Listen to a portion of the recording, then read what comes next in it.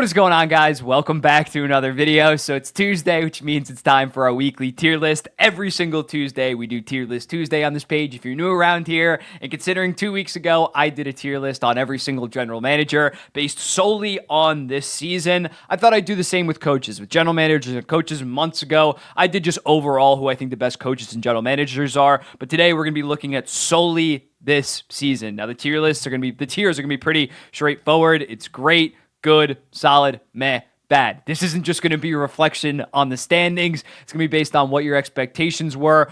Did you dominate possession? Was it your goaltender that let you down? How did your playoffs go? If you're a safe playoff team, who really cares that much about the regular season, to be honest? Did you get dummied, outcoached in the playoffs, and as a result, you're in the bad or meh tier? Without further ado, let's get into it. Up first, we got Bruce Cassidy. I'm going to go with meh. When looking at the Vegas Golden Knights, I wasn't expecting like a repeat or for them to even make it back to the Stanley Cup final, but when looking at it, only finish in a wild card spot, you can say that, oh, they were hurt throughout the season, but they should have been able to get into that last Pacific spot, play the Edmonton Oilers instead of the Dallas Stars, considering I think Dallas is the better team. I mean, they are up 2-1. So as a result, weren't really up to snuff in the regular season, and they go so aggressive at the deadline. I know that's not really on Cassidy, but the fact that they do lose in the first round, it's a pretty disappointing season. And at the end of the day, Cassidy, especially considering Vegas was up 2-0 in that series, the fact that they weren't able to put that away, unfortunate job by Cassidy. Not getting fired anytime soon, considering he won the Stanley Cup recently, but a mess season by him. Jon Cooper, I'm going to go solid. He had to deal with a lot at the start of the season with Vasilevsky out the first 6 to 8 weeks. It's still a disappointing season for the Tampa Bay Lightning, but I think this is more so just the natural course of this team, considering they were so competitive from 2015 all the way up until 2022 when they made their last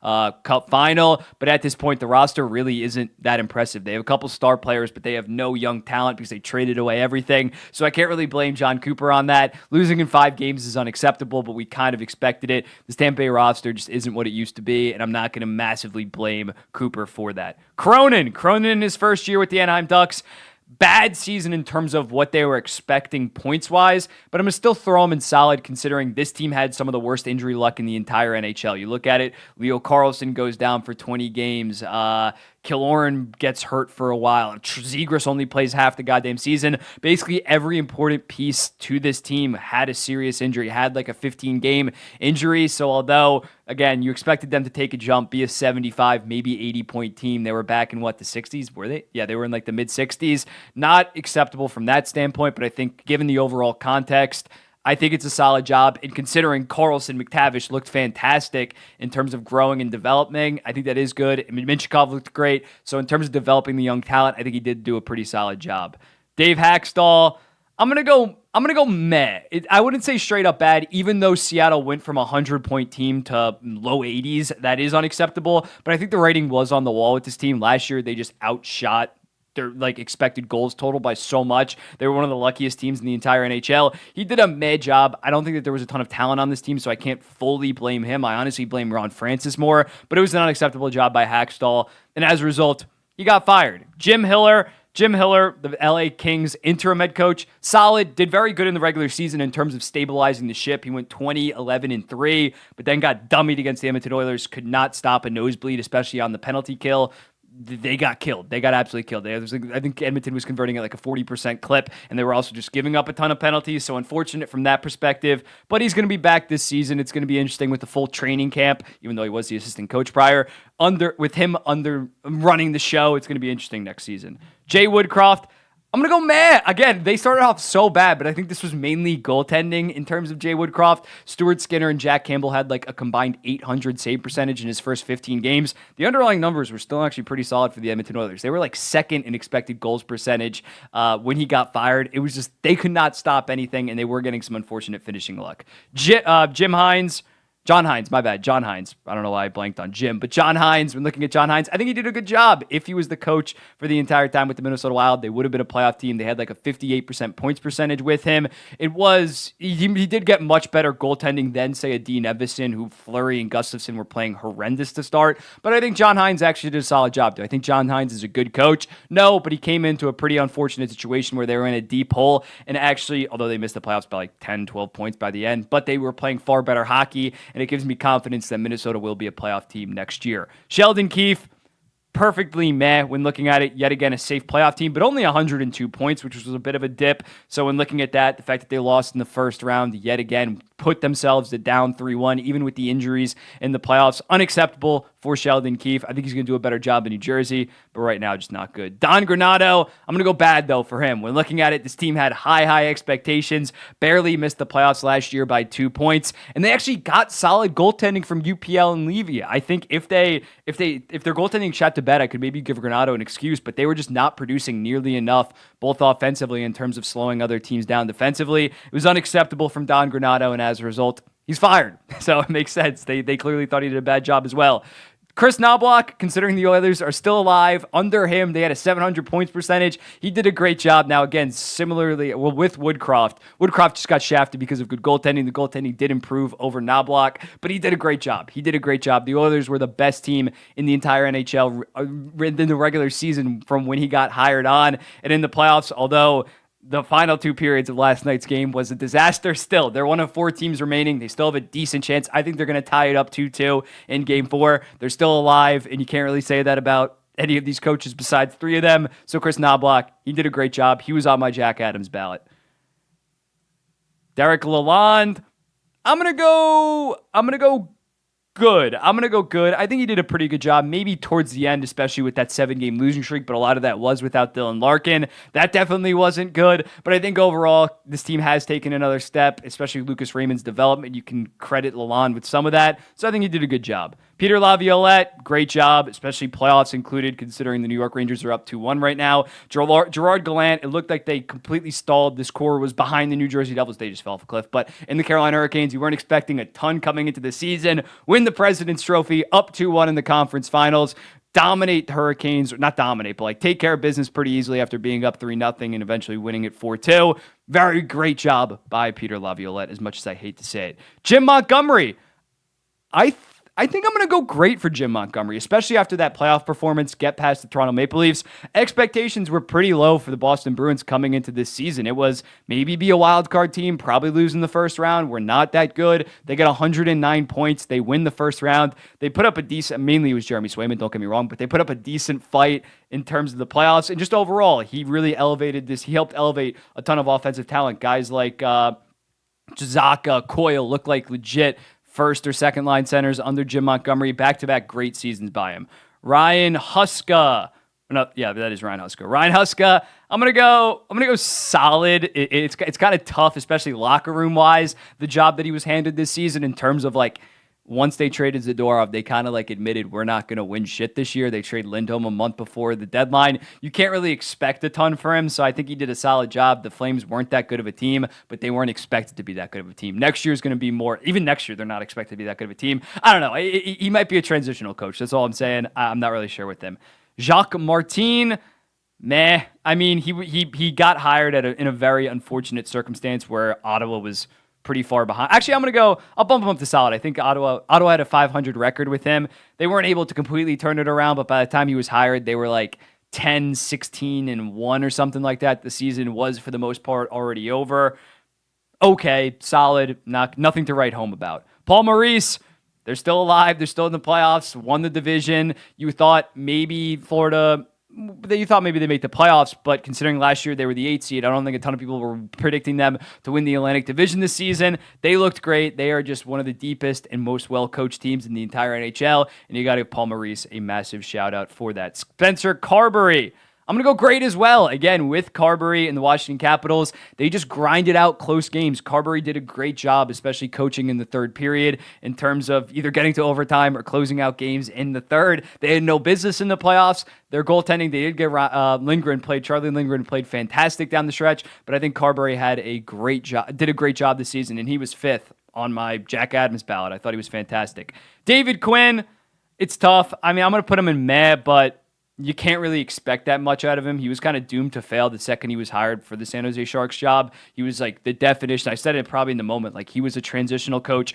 through and through. He was never going to be the guy in San Jose. They still have 3 to 4 years left on the rebuild. And this season, they genuinely rostered one of the worst teams of the 21st century. So them finishing low 50 points doesn't really shock me that much. Next up, we got Luke Richardson of the Chicago Blackhawks. And again, similarly to David Quinn, you couldn't really have expected that much from him. A rebuilding Chicago team. For him, the number one thing was help develop Connor Bedard. Put Connor Bedard in good situations, although Connor Bedard did break his jaw at some point. You can really blame Richardson for that. And Bedard looked very good this season for the Chicago Blackhawks. Kevin Korchinski and Vlasic looked pretty, more so Vlasic, but Korchinski showed some offensive flashes.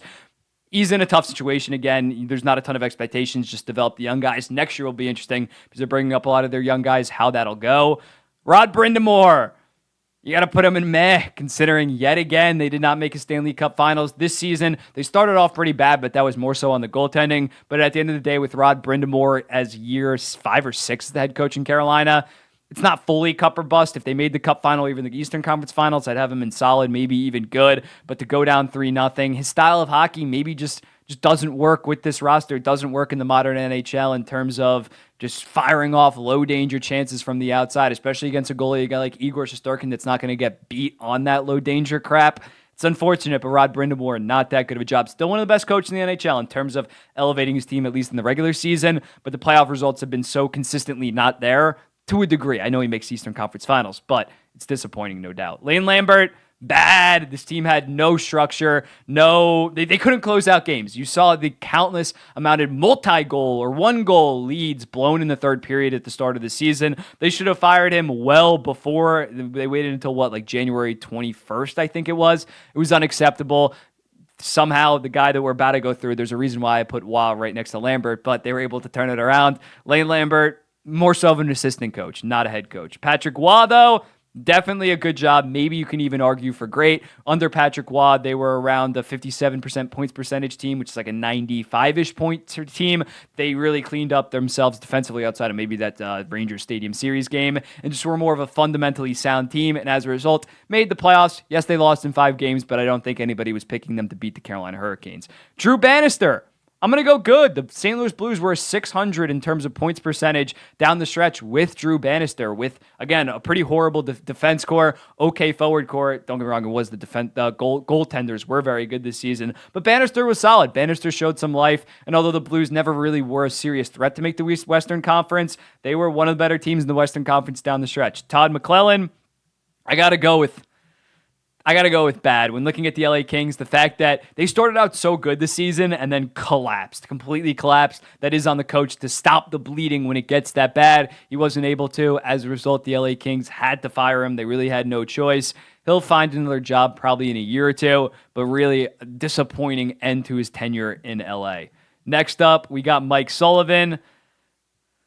I think you can maybe put him in bad. I'm going to put him in meh. I blame more so Kyle Dubas for this team right now, but yeah, the power play was a disaster. Somehow got to fix that for next season. Very disappointing for the Pittsburgh Penguins this season. Pascal Vincent, bad. He prioritized like his veteran players this season over the young guys. Adam Fantilli on the fourth line, Kent Johnson getting sent down, David Jiricek getting sent down. Not a rebuilding coach, and they're in a rebuild, so I'm not a fan of Pascal Vincent. John Tortorella, even though they missed the playoffs, even though they had a late... Actually, considering they did have that late collapse, I'm going to bump them down to good. If they made the playoffs, he arguably would have been my Jack Adams winner, but that was such a disaster at the end. But even, again, I keep on going back to it. They were expected to be like a 65, 70-point team. The fact they even finished with like 87, 88 points, very impressive. Very good job done by John Tortorella. Jared Bednar, I'll go good. I mean...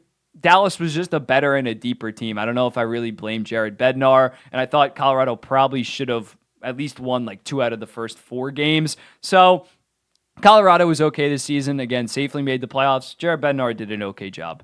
Andrew Brunette, A plus, great job done this year. Similar, when we're talking about expectations, Nashville is expected to be an 85-ish point team, maybe even low 80s.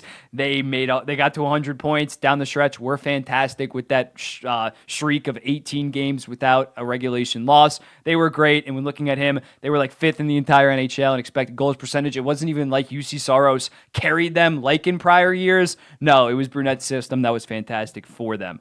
Peter DeBoer, I'm going to go good job. I'm not quite going to go great job. I thought that they have one of the most talented rosters in the entire NHL. If they make the Stanley Cup final, maybe I would bump him up. Right now, I'm going to have him in good job. I still don't think that he's a fantastic coach, but he's got this team to the Western Conference Finals, won the Central Division. It's been a very good season by Peter DeBoer. I can't really say it's a great one. Rick Bowness, just considering they got pumped. They got pumped in that playoff round against Colorado. Regular season, definitely a good job, maybe even a great job. I don't think he should have been a Jack Adams finalist, but the fact that he could not make any adjustments in that series against Colorado, not good. That bumps you down a couple tiers. Craig Berube, I'm going to go meh. Again, St. Louis didn't have the most impressive roster this year. Yes, he wasn't coaching up to his standard, especially considering they got good goaltending and he got fired. But it's not like he was like a safe playoff team that he got fired from. There wasn't a ton of expectations in St. Louis.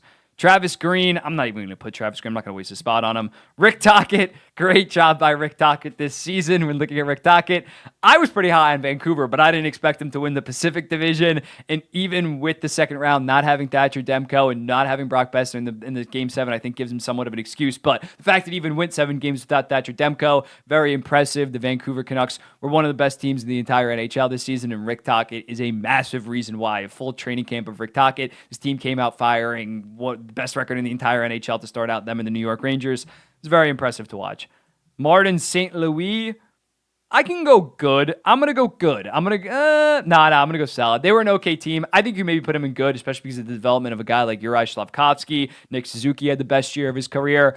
Can't really give him too much praise because, again, the Montreal Canadiens were expected to be like the 5th to 7th worst team in the entire NHL. That's where they ended up lining up. So it's a solid job. I still think Martin St. Louis is a good coach.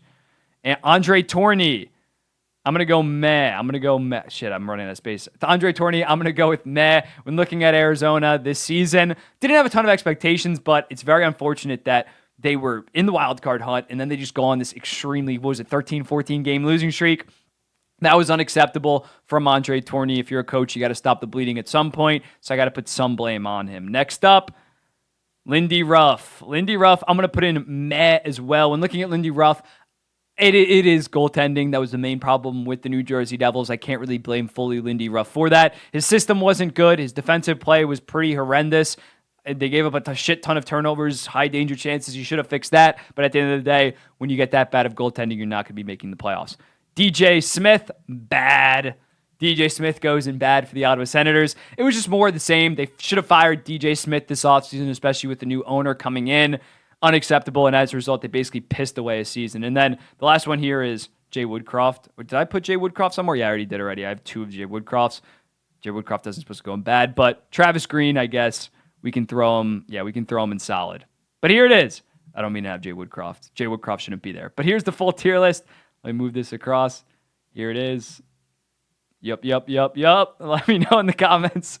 What do you think about it? And I'll be seeing the next one.